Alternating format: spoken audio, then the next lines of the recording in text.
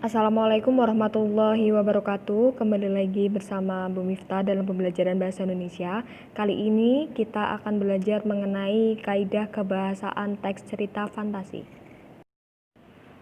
Kaidah kebahasaan di dalam teks cerita fantasi ada kata ungkapan keterkejutan, ada kata ganti atau sudut pandang, ada konjungsi atau kata penghubung, kalimat langsung dan tidak langsung, dan makna kias atau majas metafora. Penggunaan kata keterkejutan itu menunjukkan kalau cerita itu mau memunculkan konflik atau konflik akan memuncak. Contohnya, tiba-tiba seorang alien yang berukuran besar datang. Kata keterkejutannya itu yang bercetak tebal, berarti pada kata tiba-tiba. Yang kedua, tanpa diduga, buku terjatuh dan halaman terbuka menyeret Nabila pada dunia lain. Itu tanpa diduga, kata keterkejutannya. Sekarang kita ke kata ganti. Kata ganti ada 3. Kata ganti orang pertama, orang kedua, dan orang ketiga. Jumlahnya itu ada tunggal dan jamak. Tunggal itu 1, jamak itu banyak. Jamaah kan banyak, jadi jamak itu banyak. Kita ke pertama. Kata ganti orang pertama, tunggal, saya, aku. Saya bernama Miftah, berarti saya itu jumlahnya 1. Berarti orang pertama tunggal. Kalau orang pertama jamak pakai kami, kita. Kami senang pergi ke sekolah, berarti kami itu jumlahnya banyak. Kata ganti orang kedua tunggal, kamu, engkau, anda, saudara. Kamu sedang apa? Berarti kan menunjuk satu orang saja.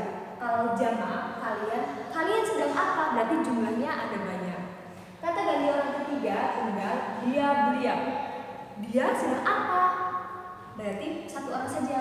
Mereka sedang apa? Mereka berarti jumlahnya banyak. Tuh.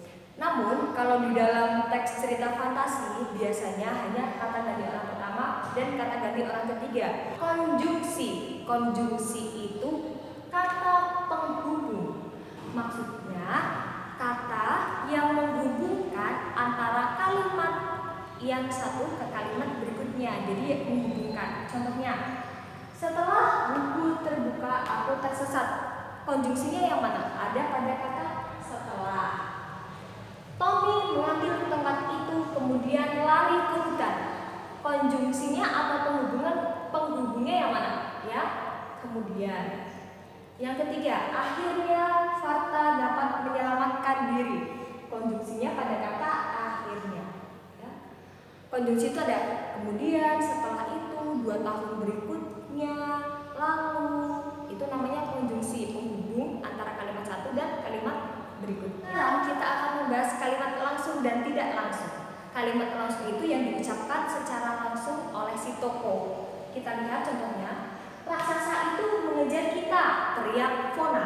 Berarti si Fona itu ngomong langsung ke temennya, raksasa itu mengejar kita. Tuh.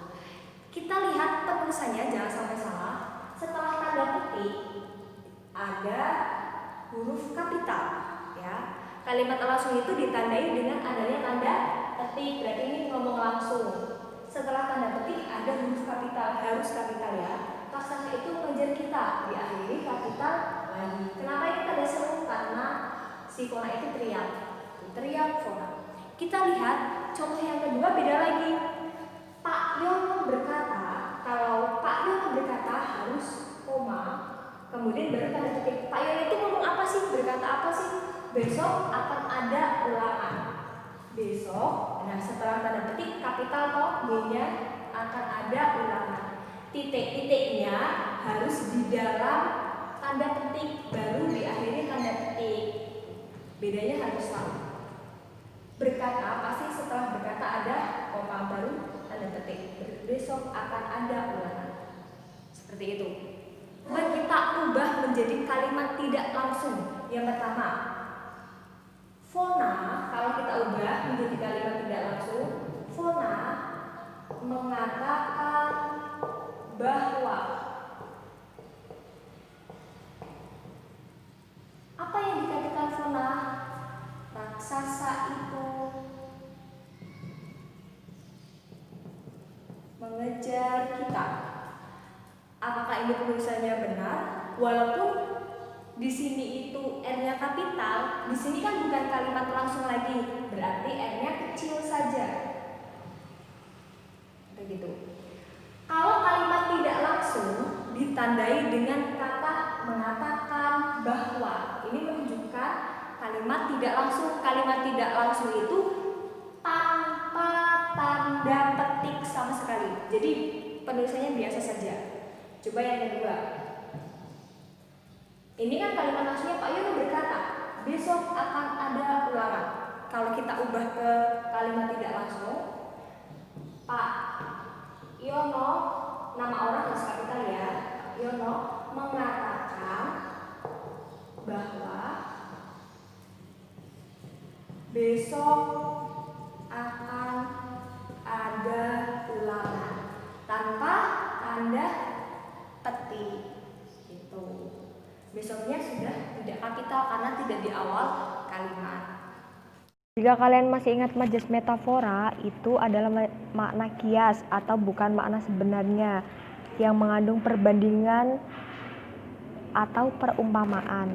Contohnya, Alin itu berhidung mancung, dengan hidungnya yang menjulang ia mengendus sekeliling. Pada kata hidung yang menjulang itu mengandung makna kias, artinya berarti tinggi sekali. Yang kedua, sehelai rambutmu bagaikan tongkat yang ada di angkasa. Kata bagaikan itu mengandung perumpamaan. Yang diumpamakan adalah sehelai rambutnya. Bagaikan tongkat emas yang di angkasa itu artinya menyatakan sesuatu yang berharga. Berarti rambutnya itu sangat berharga.